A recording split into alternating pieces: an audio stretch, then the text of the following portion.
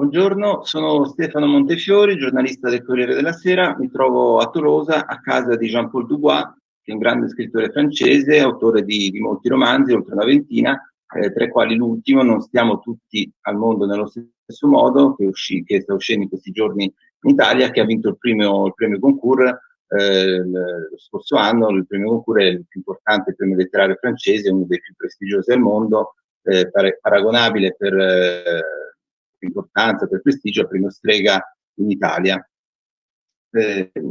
Signor Dubois ci fa l'onore di accoglierci nella sua casa di Tolosa, che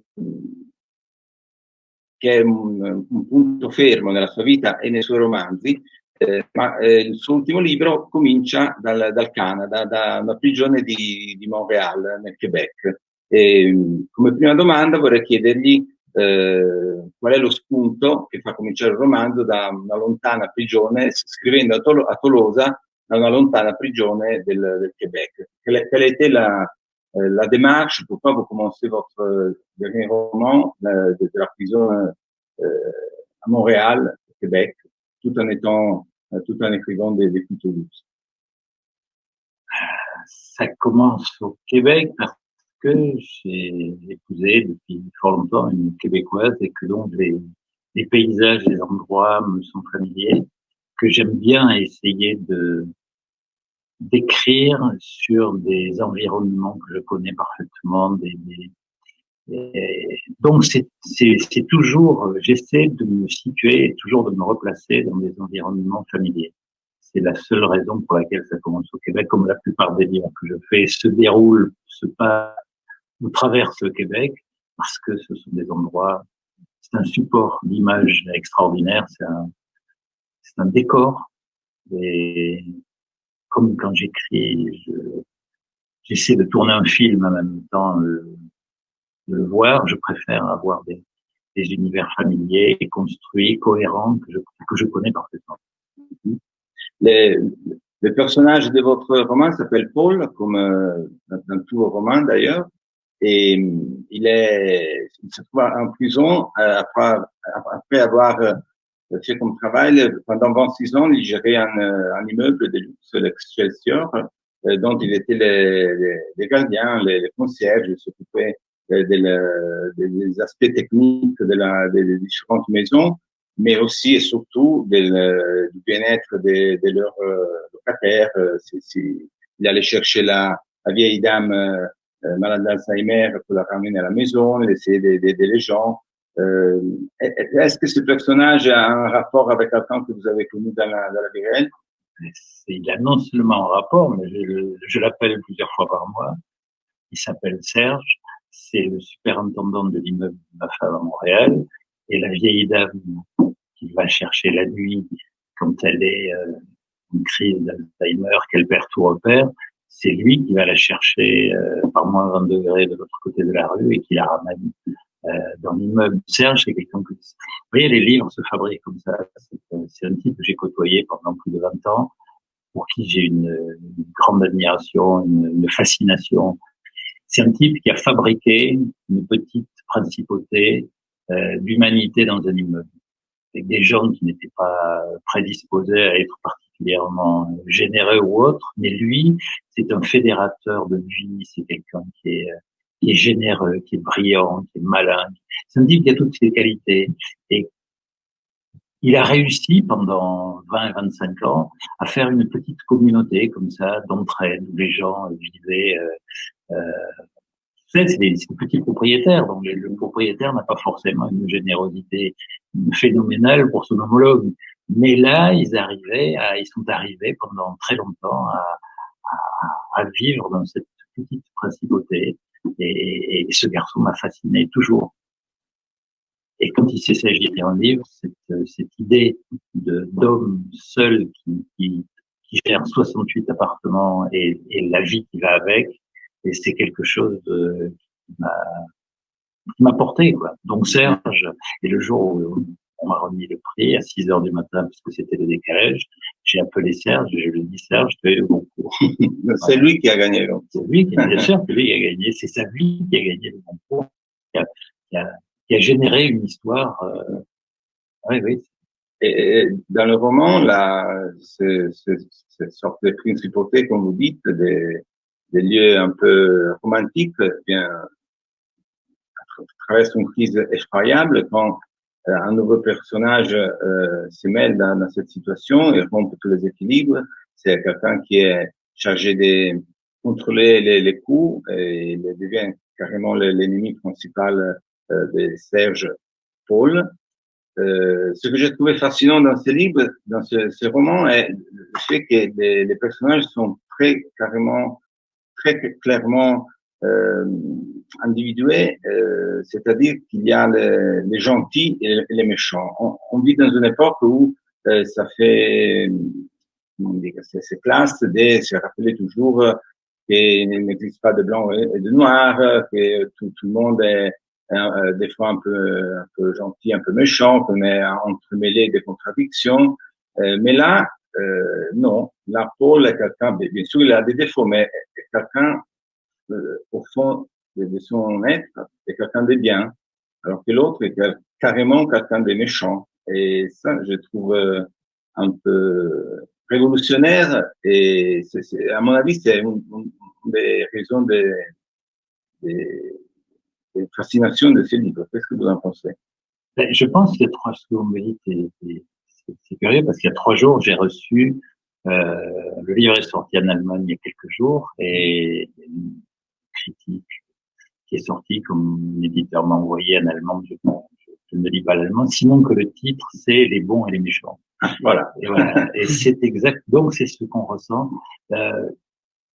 Je pense que quand vous racontez une histoire, c'est exactement comme quand vous faites de la politique. Sauf que là, vous choisissez un camp et vous vous y tenez. Si vous ne tenez pas à cette réalité du monde, parce que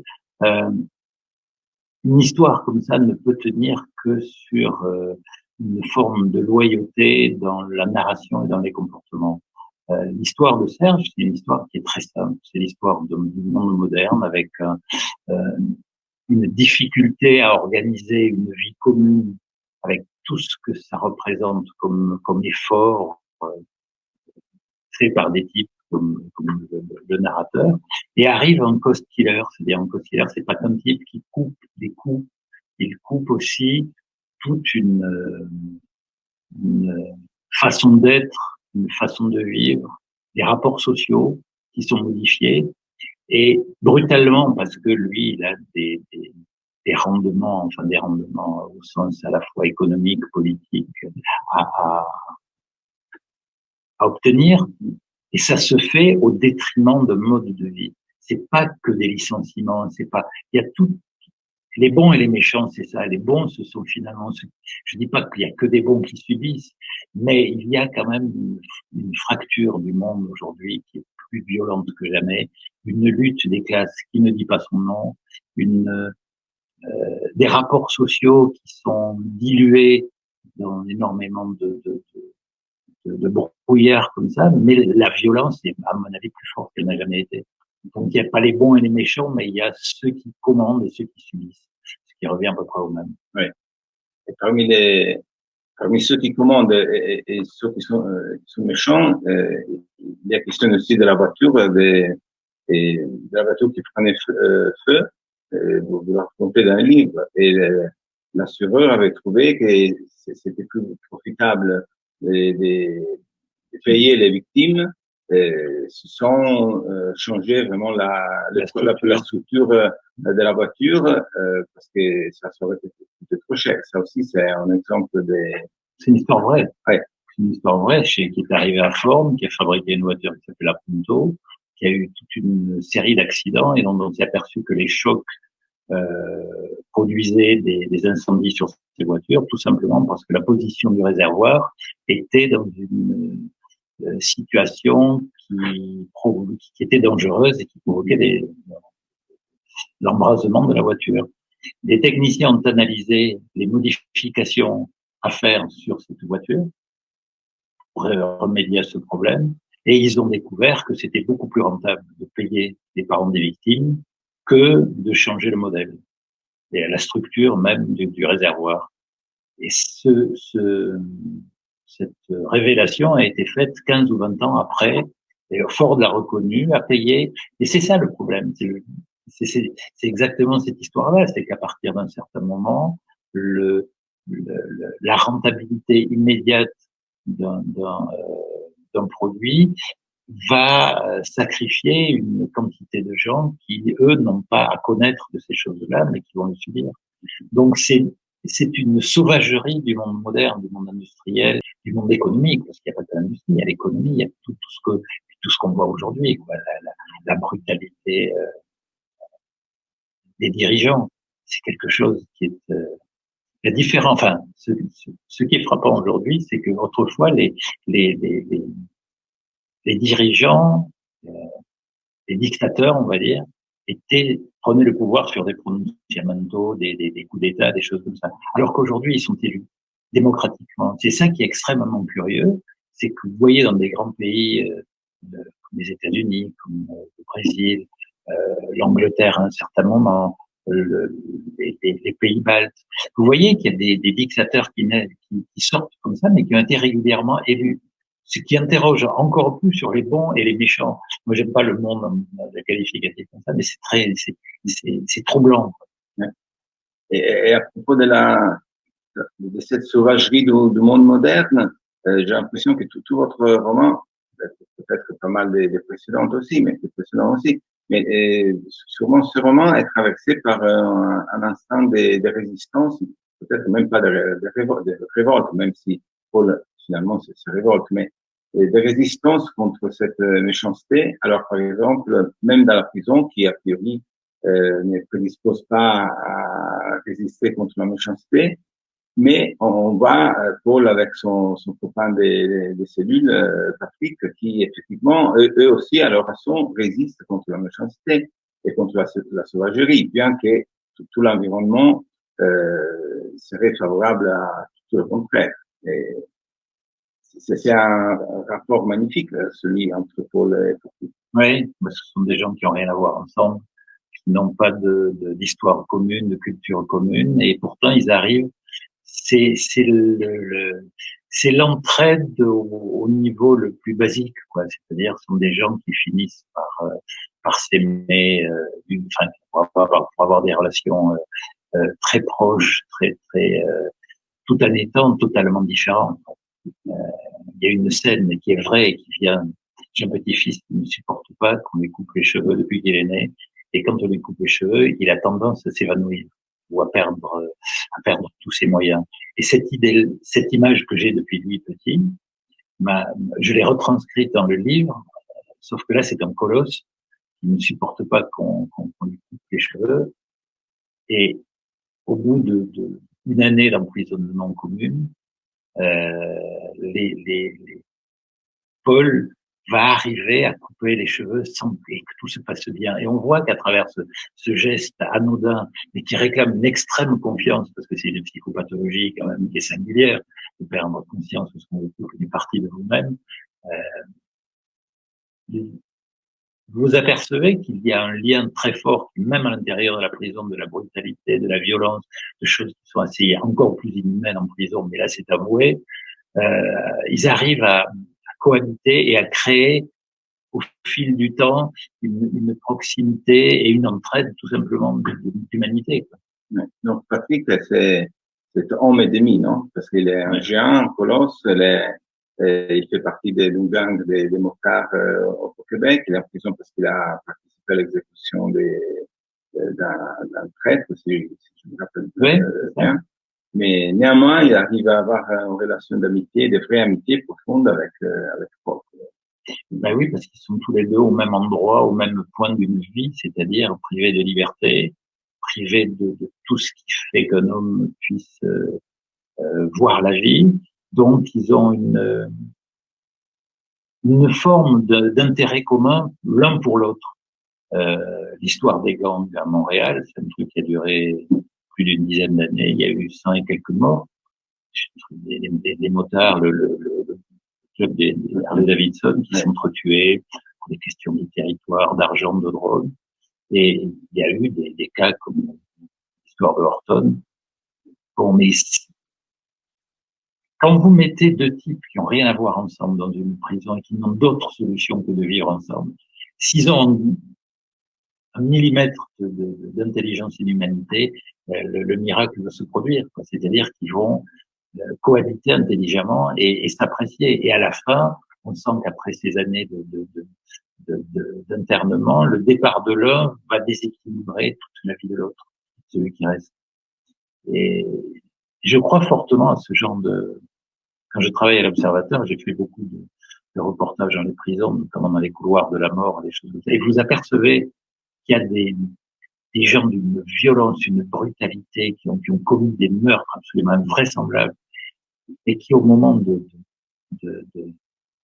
devoir attendre cette mort à plusieurs dans un couloir, vous apercevez que ce couloir crée une humanité dont on n'a pas idée, quoi. Et quand l'un de ces personnages est conduit à la chambre à gaz ou à la piqûre létale, vous apercevez que tout le couloir vit ça d'une manière dramatique. Et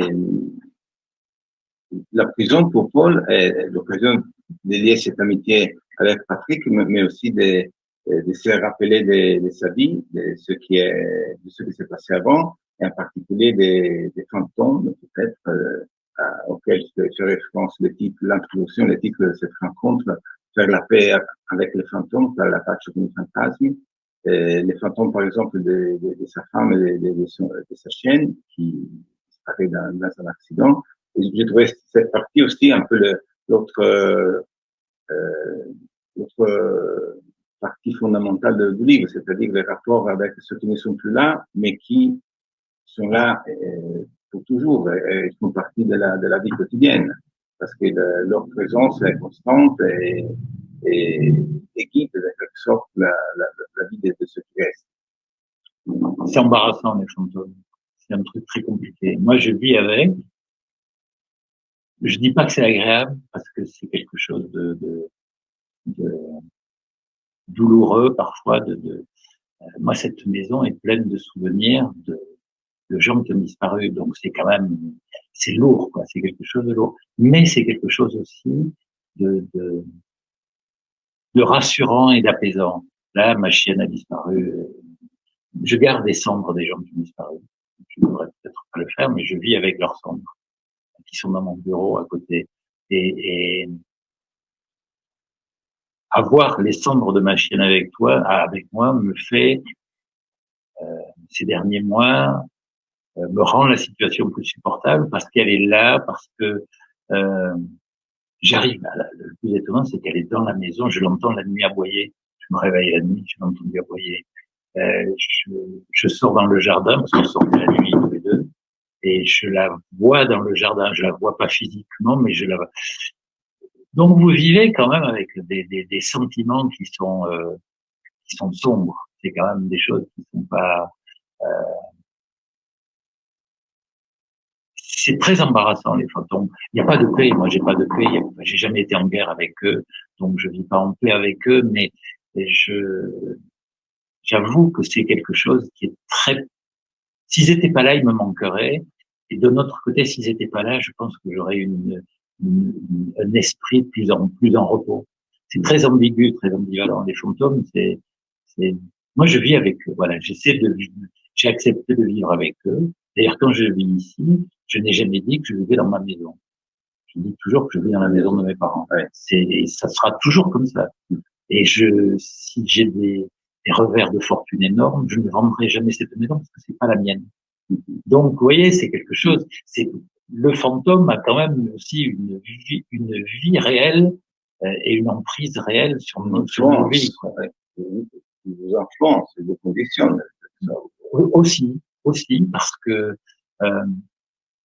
quand vous vivez avec eux, vous vivez avec leur histoire, avec leur mémoire. Je vis avec les films de mon père, je vis avec ses livres, je vis avec tout un tas de trucs. Donc, c'est présent. Ma mère, c'est exactement pareil. Les chiens avec lesquels j'ai vécu, je connais dans le jardin chacun leur emplacement avant qu'ils soient incinérés, quand ils étaient enterrés. Donc, vous vivez dans un monde, c'est quand même, c'est pas loin du cimetière, quoi. C'est quand même pas un endroit fait pour vivre. quand la nuit vient, ça va. Dans la journée, on peut pas penser à ça. Vous pouvez pas penser à ça. Mais le soir, quand vous êtes seul, quand ma femme rentre chez elle au Canada, je vis avec eux. Et ça ne me dérange pas. Mais, ce que vous venez de dire, euh, mais, je fais penser au fait que euh, vous avez déjà dit plusieurs fois que vous avez une vie importante, une vie personnelle que vous considérez prioritaire par rapport Ouais. à la vie professionnelle. Déjà parce que vous avez ces gens-là qui ne sont plus là, mais qui restent là. Et après, il y a votre femme, il y a tout, il y a les enfants, toutes vos relations. Et donc, je pense que c'est intéressant de souligner le fait que dans le débat entre littérature et vie, parfois on rencontre des écrivains qui disent, bah, de toute façon, la vie n'est que la mauvaise copie de la littérature. Moi, je préfère la littérature à la vie réelle. Là, on est en face à un grand écrivain qui a carrément choisi la vie sur la littérature et qui, en plus, considère la littérature comme un instrument pour, euh, pour vivre, un instrument très pratique, si je comprends bien. Parler de livres, c'est compliqué, mais là, c'est très simple. Je me souviens, j'avais écrit dans un livre, j'ai pas de mémoire, mais je me souviens de quelques phrases comme ça qui m'avaient moi-même marqué. C'est qu'entre un bon livre et une bonne paire de chaussures, je prendrais toujours la bonne paire de chaussures, parce que ça me permettrait de traverser la vie, les pieds au sec, d'avancer dans la vie. Un livre, c'est bien, mais c'est un moment. Un livre, moi, je suis partisan de le faire, de donner le maximum de ce que je peux faire au moment où je l'écris, c'est-à-dire intellectuellement, loyalement, euh, avec une forme de travail d'écriture forcené. Mais quand c'est fini, là, il faut vivre une vraie vie, quoi, parce que pour moi, les livres ne viennent que de la vie.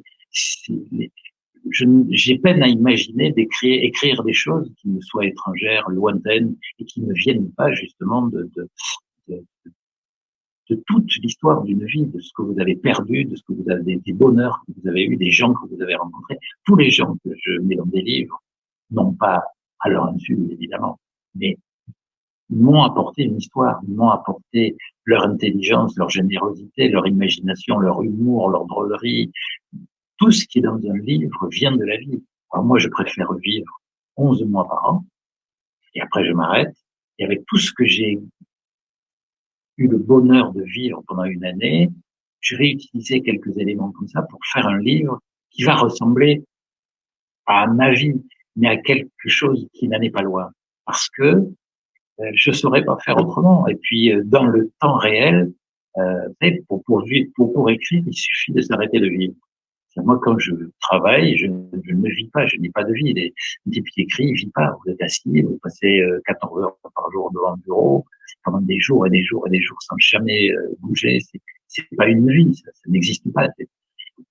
Quand c'est fini, vous vivez, vous recommencez à vivre. Et c'est là que arrive le prochain livre.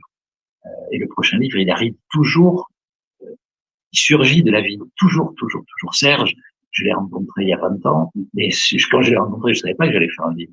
Mais 20 ans après, Serge, un jour, il m'a dit, pourquoi tu raconterais pas lui, mais dans ma tête, il m'a dit, regarde cette histoire, la vie de cet homme euh, qui, qui, qui, qui vit dans l'ombre et qui fabrique quelque chose de beau. Voilà. Donc ça vient toujours de là. Et les 20 et quelques livres que j'ai faits, ils viennent de là. Et vous avez choisi toujours, vous suivez toujours la même routine. C'est-à-dire, vous commencez les 1er mars, vous terminez le 30 mars. Le 30. Je garde un jour au cas où j'aurais pas fait mes 8 pages. C'est simple. 8 pages par jour, 30 jours, 3 fois 8, 24, 240 pages. C'est la taille moyenne d'un livre. Quand je fais des livres de 500 pages, c'est 2 mois. Et je ne fais que ça. C'est-à-dire, je me lève, je commence à 10 heures le matin, je termine à 3, 4 heures du matin. Je fais 1 heure de vélo à midi. Et c'est tout. Tout le reste du temps, je travaille, je prends un repas rapide. Et je fais ça pendant 30 jours sans arrêt. Et ça marche comme ça. Parce que c'est pas cette routine, c'est la routine du sport. Moi, j'ai fait du sport, je comprends très bien le mental du sport. Et pourquoi un tennisman fait reballer 7 fois sa balle avant de frapper? Pourquoi chaque sportif a une routine? c'est parce que c'est une manière de rentrer en soi, de devenir efficient. Et donc, moi, j'ai trouvé cette routine dès le début. J'ai vu qu'elle marchait. Alors, c'est pas une règle. Pour moi, c'est indispensable. Je ne dis pas que c'est comme ça que se font les livres, mais pour moi, c'est une manière de faire avec une contrainte, avec un emprisonnement de moi. C'est pour ça que l'emprisonnement est un truc aussi qui contraint être son. C'est là où vous êtes votre propre patron et votre propre ouvrier. Vous savez ce que c'est comme mec qui donne l'ordre et vous savez aussi ce que c'est celui qui exécute. Vous avez la douleur de la soumission et le pouvoir. Pendant ce mois sur vous-même, vous expérimentez ça. Et c'est très enrichissant pour le boulot, quoi, je trouve. Ok. Mais ça vous apprend aussi à avoir beaucoup de respect pour les autres, qui est la base aussi d'un livre. Avoir du respect. Il faut qu'un livre ne fasse jamais souffrir personne. Ça, c'est la règle fondamentale pour moi. Bon, merci beaucoup, Jean-Paul Dubois, auteur di questo libro che va scritto Ponte alle Grazie, non stiamo tutti al mondo nello stesso modo, uno dei libri che ho trovato più belli degli ultimi anni, pieno di malinconia e anche di umorismo, vi consiglio. Grazie, a presto. Merci à vous.